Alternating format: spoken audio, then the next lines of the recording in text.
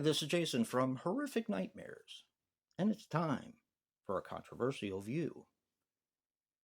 Today, we're going to be talking about The Mask.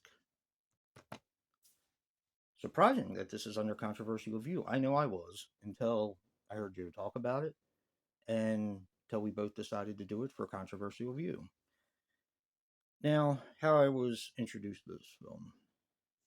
This film came out in 1994, and I remember watching it with my family, and I also remember that my daughter really wanted to see this, but at the time she was 4, and I thought that the material was a little too dark for her, so she had to wait a few years to see it. And when she saw it, she loved it. So, what's the controversy with The Mask? We're going to get into it. First of all, one of the things I didn't know, and I hadn't seen this movie in years, I didn't know it was a graphic novel or a comic book from Dark Horse, even though it says Dark Horse in the beginning.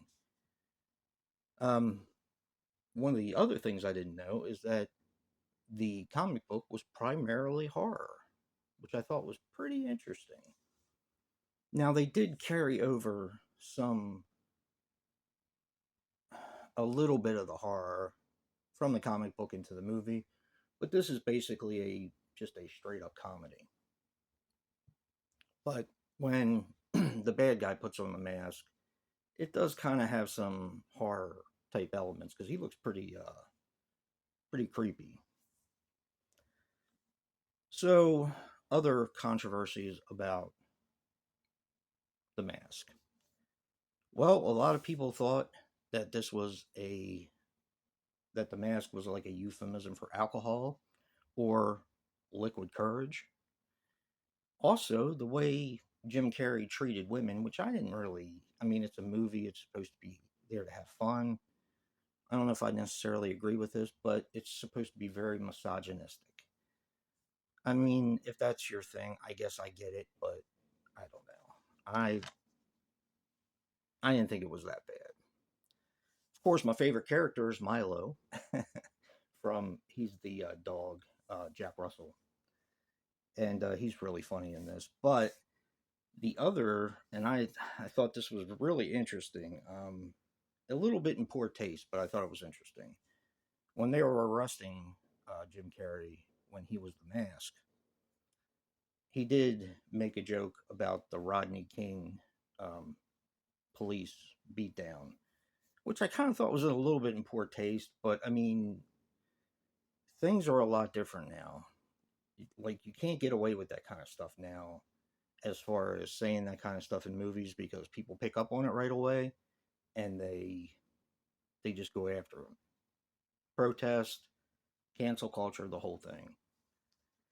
So that's why when I heard it, I was doing some research on the film afterwards, and um, I was a little shocked that they put it in there. But then again, it's from 1994. Things were a lot different back then.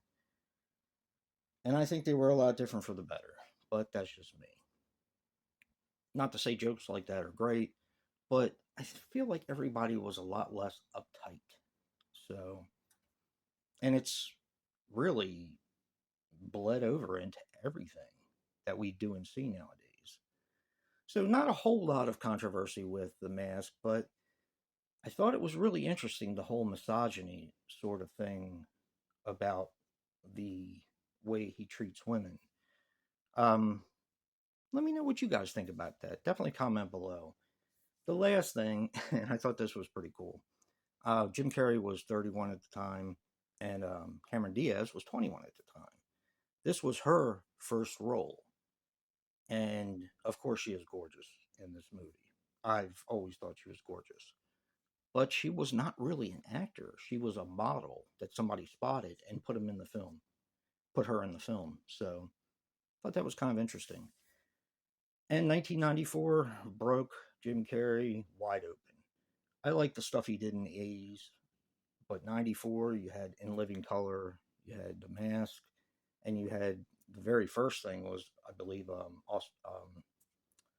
Ace Ventura, Pet Detective, which is hysterically funny. And from there, it made him the household name that he basically is today. So check out The Mask.